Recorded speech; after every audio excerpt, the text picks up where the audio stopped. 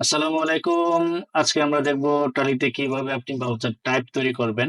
তো শুরুতেই আমরা ক্রিয়েটে চলে যাচ্ছি। এখান থেকে আমরা চলে যাব হচ্ছে ভাউচার টাইপ। ওকে, ভাউচার টাইপটা তৈরি করার আগে আমি একটু বলে নিই। আমাদের টালিতে ডিফল্ট যে ভাউচার গুলা দেওয়া আছে বা ভাউচার টাইপ গুলা দেওয়া আছে, আমরা একটু অল্টারে গিয়ে যদি দেখাই, অল্টারে যাওয়ার পরে এই যে এইগুলো হচ্ছে আমাদের ভাউচার টাইপ।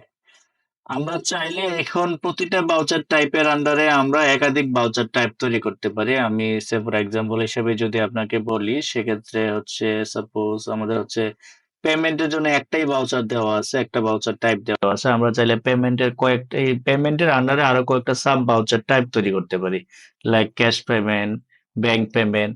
সেম হচ্ছে আপনার রিসিভের আন্ডারে এভাবে ক্যাশ রিসিভ, ব্যাংক রিসিভ করতে পারি। সেলস এর আন্ডারে হচ্ছে আমাদের যদি একাধিক আউটলেট থাকে, সেক্ষেত্রে হচ্ছে আমরা হচ্ছে outlet one, outlet sales, outlet one, outlet two, outlet three, অথবা ক্যাশ সেল, ক্রেডিট সেল, এভাবে আমরা টাইপ তৈরি করতে পারি। তো সেই টাইপগুলো কিভাবে তৈরি করবেন সেগুলো আমরা একটু আজকে দেখব। তো আমরা শুরুতে চলে যাব হচ্ছে ক্রিয়েট থেকে চলে যাব হচ্ছে ভাউচার টাইপ। এখান থেকে আমরা পেমেন্টের জন্য দুইটা ভাউচার টাইপ তৈরি করি। সাপোজ হচ্ছে ক্যাশ পেমেন্ট, আন্ডার হয়ে যাবে হচ্ছে পেমেন্ট। ওকে, বাকি যা অপশন আছে যেভাবে আছে সেম থাকবে, আমরা কিছু চেঞ্জ করব না। এন্টার এন্টার দিয়ে সেভ দিলাম। আর ওটা হচ্ছে ব্যাংক পেমেন্ট নামে একটা ভাউচার টাইপ তৈরি করি। আন্ডার চলে যাবে হচ্ছে পেমেন্ট।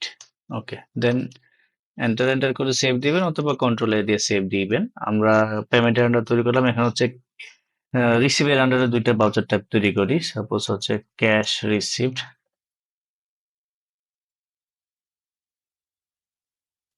ওকে, কন্ট্রোল এ। আর এটা হচ্ছে ব্যাংক রিসিভড। রিসিপ্টের আন্ডারে দিয়ে দিলাম, দিয়ে কন্ট্রোল এ দিলাম। সেলস এর আন্ডারে কয়েকটা ভাউচার টাইপ তৈরি করি। সাপোজ সেলস বনানী আউটলেট বা ব্রাঞ্চ হতে পারে। সেলস এর আন্ডারে দিলাম। তারপরে এভাবে আমাদের যে যতগুলো ভাউচার, প্রতিটা ভাউচার টাইপের আন্ডারে এইভাবে আপনি আনলিমিটেড ভাউচার টাইপ তৈরি করতে পারবেন। এখন সেগুলোর ইফেক্ট আমরা দেখাবো। ইফেক্ট দেখার জন্য আমরা হচ্ছে এখন ট্রানজেকশন করব, ব্রাউজারে চলে যাব। এখান থেকে আমরা যদি পেমেন্টে ক্লিক করি, ক্লিক করার সাথে সাথে আমার পেমেন্টের আন্ডারে যতগুলো ভাউচার টাইপ আছে সবগুলো দেখাচ্ছে। সাপোজ আমি পেমেন্টে কি ক্যাশে করব নাকি ব্যাংকে করব, ওই ব্যাপারে এখন সিলেক্ট করে নিতে পারবো। সাপোজ আমরা যদি ক্যাশ পেমেন্ট করি, তাহলে ক্যাশ পেমেন্ট ভাউচার টাইপ দিয়ে করব। আমি এখানে হচ্ছে কনভেন্স দিচ্ছি অ্যামাউন্ট। ওকে, ক্যাশে পেমেন্ট করছি, ক্যাশ ক্রেডিট করে নিলাম। সেম আমরা রিসিভে যদি ক্লিক করি, তাহলে রিসিভের যতগুলো ভাউচার টাইপ তৈরি করে রাখছি সেগুলো দেখাচ্ছে। আমরা যদি ব্যাংকের থ্রুতে কোনো রিসিভ করি, সাপোজ আমরা রিসিভ করব হচ্ছে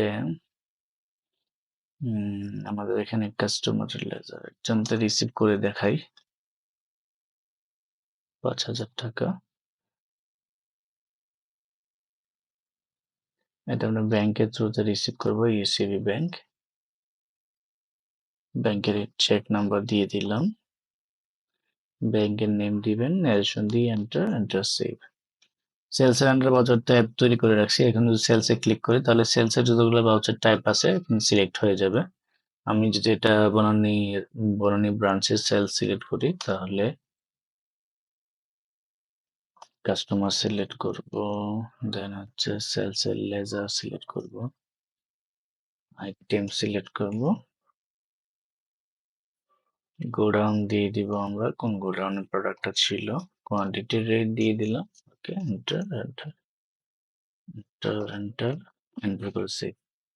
এভাবে হচ্ছে প্রতিটা ভাউচার টাইপের আন্ডারে আপনি সাব ভাউচার টাইপ তৈরি করতে পারেন, যেটা এখন আপনার রিপোর্টের ক্ষেত্রে সুবিধা হবে। যদি আমি রিপোর্টের ক্ষেত্রে দেখাই, আমরা যদি ডিসপ্লে মোড রিপোর্টে যাই, এখান থেকে হচ্ছে স্টেটমেন্ট অফ অ্যাকাউন্টস, এখান থেকে স্ট্যাটিস্টিক, যে আমরা ক্যাশ পেমেন্টে কতগুলো ট্রানজেকশন হয়েছে, ব্যাংক পেমেন্টে কতগুলো ট্রানজেকশন হয়েছে আমরা আলাদা করে দেখতে পারবো। এবং সেলসের যে ভাউচার টাইপ তৈরি করছি সেই অনুযায়ী আমরা রিপোর্ট দেখতে পারবো। তো ব্রাউজার টাইপের অনুযায়ী ব্রাউজার টাইপ অনুযায়ী যদি আপনি ওইভাবে রিপোর্ট জেনারেট করতে চান, সেক্ষেত্রে আপনি আলাদা আলাদা ব্রাউজার টাইপ তৈরি করে রাখতে পারেন, যেটা আপনার রিপোর্টের ক্ষেত্রে ইজি হতে পারে। ওকে, ধন্যবাদ সবাইকে। আসসালামু আলাইকুম।